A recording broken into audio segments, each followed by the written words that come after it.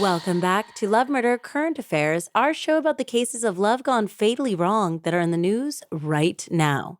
Today, we are covering a story that you might have heard about. It's been in and out of the news for 9 years at this point, but recently came to an even more final conclusion.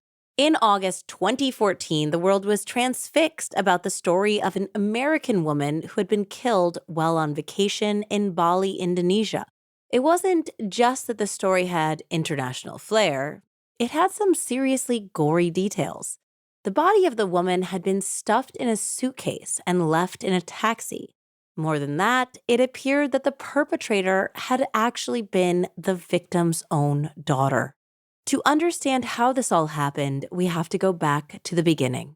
James Mack was a well-known musician and composer who had been part of the Chicago jazz scene throughout the second half of the 20th century. In 1995, he had a daughter with Sheila Ann von Weiss, his 22 years younger second wife. Things were not always easy at the Mack household. In 2001, the family went on a Royal Caribbean cruise in the Mediterranean. During the vacation, James Mack suffered a foot injury. The ship's doctor allegedly failed to provide adequate medical treatment, and Mack was ultimately left partially paralyzed. Mack would go on to sue Royal Caribbean for the incident. In 2004, police were called to the Mack residence because children from James's previous relationship were saying that they were being denied access to their father. They claimed that when they came around, Sheila would turn off the lights and pretend not to be home. In 2006, during another vacation, this time to Greece, James Mack died of a pulmonary embolism at the age of 77. Now, there were some questions around James's will and Heather's inheritance. When the Royal Caribbean settlement finally came through in 2011, $500,000 of that settlement was designated for the estate of James Mack. Despite a will from 5 days before his death naming Heather Mack as the sole beneficiary of his estate, a Cook County, Illinois judge awarded that $500,000 to Sheila. The relationship between Heather and her mother, Sheila, after James' death was beyond strained. In fact, it shows a horrifying record of abuse on Heather's part. Oak Park police show at least 35 incidents relating to Heather abusing her mother between 2008 and 2014. The first time they were called was in April 2008, after then 13-year-old Heather had locked her mother in a room and threatened her. In January 2010, police responded to a report that Heather had punched her mother's broken ankle. In November of that year, Sheila reported that her daughter had stolen her credit card and cash. Sergeant Rasul Freelane, a detective specializing in youth and family issues, was assigned to the case. He remembered Sheila as extremely torn about what to do about her daughter. She was afraid of pressing charges. Sergeant Freeland later told The Independent, in that first meeting, it was clear something was wrong, in terms of both the financial side of things, but also her daughter's behavior. But it was the next time when I met Sheila in February of 2011 that alarm bells really went off. The incident to which he was referring was one in which Heather had pushed her mother so violently she fell and broke her arm. When she came into the police station in February, she finally opened up to Sergeant Freelane about the abuse. After telling him what had happened to her arm, Freelane told Sheila, "I told her I've worked with families where the kids abuse the parents, and it does not fix itself. I told her about one case where a kid went on to murder their mother. When Freelane said that she'd have to press charges, Sheila ran out of the room, terrified of taking that step against her daughter."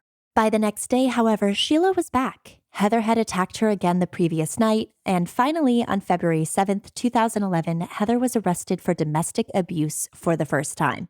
In April of that same year, Heather was arrested again, this time for biting Sheila's arm. In 2011 alone, police were called 10 separate times. In 2012, Heather was convinced of battery in juvenile court. Far from being relieved, this led Sheila getting resentful at the police. Said Freeland, "She went from thanking me for helping her navigate the chaos as Heather became more violent and aggressive to not speaking to me because Heather was detained." You see it a lot in domestic abuse cases. We were going against Sheila's hardwired desire to protect her own child.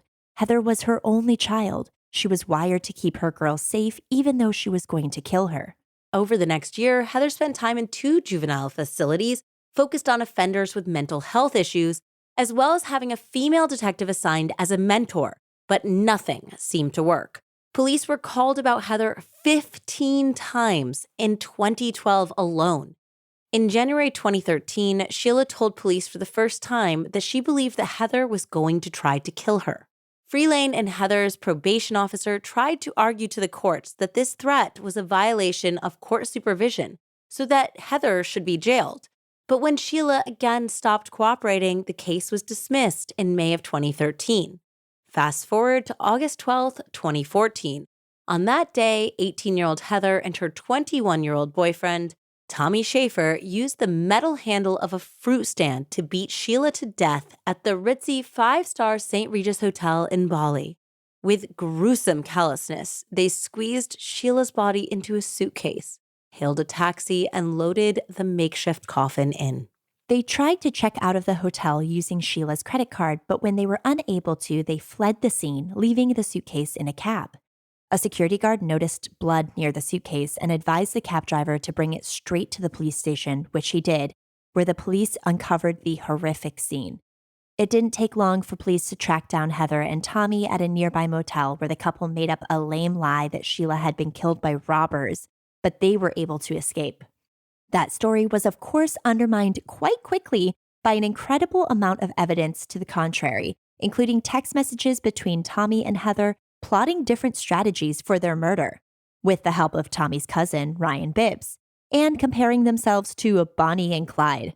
Hours before the murder, Heather had stolen her mother's credit card to buy Tommy a $12,000 business class ticket to Bali to help her commit the crime. Tommy and Heather were both arrested and charged with premeditated murder, a charge that in Indonesia is punishable by death by a firing squad. Tommy ultimately admitted killing Sheila, but said it was because she had threatened to kill his and Heather's unborn baby and had choked him. He received 18 years. Heather received 10 years because she had, in fact, been pregnant and ultimately gave birth to a baby in prison. Separately, in Chicago, Tommy's cousin Robert was arrested and charged with conspiracy to commit foreign murder, for which he was sentenced to 9 years. In his plea deal, Ryan said that Heather had offered Tommy $50,000 to kill Sheila. Ironically, Heather's defense was paid for with a $1.6 million trust fund that Sheila had set up for her before her death. Sheila's brother, Bill, who was the administrator of the state, however, flagged concerns that the money was being used for bribes when a request for a lump sum of $200,000 came from her Indonesian lawyer. Heather served 7 years in Indonesian jail before being extradited to the U.S. in November 2021, where she was immediately arrested on the charges of conspiracy to commit murder in a foreign country. She has been in Illinois awaiting trial since then, but on Friday, June 16, 2023, she has finally pleaded guilty to the conspiracy. The case has caused a broader conversation about the frequent gap in the law protecting parents from abuse at the hands of their children. Because there isn't any such law in Illinois, the police had no power to take action against Heather in the absence of Sheila pressing charges. Or at least they wouldn't have until Heather was 18. When the abuse case was dropped because Sheila stopped cooperating, Heather was just 5 months from her 18th birthday. Asked Sergeant Freeland, why is Sheila any safer from a 17-and-a-half-year-old than an 18-year-old? 6 years ago, Florida became the first state with a law officially recognizing child-to-parent abuse, or CPA, despite studies that have shown that across 60 years of research, it exists in between 5 to 21% of families. Sergeant Freelane is now writing a book about the case, blessed by the wise Mack family, and with the goal of reforming the criminal justice system. He said, Sheila lost her life, and it's had a catastrophic effect on people who cared about her and Heather. And it's sad for Heather as well. I wanted the best for her too. It's a tragedy on all sides. Heather will be sentenced in December and faces up to 28 years in prison. Until next time, I'm Jessie Prey. And I'm Andy Cassette, signing off for Love Murder Current Affairs.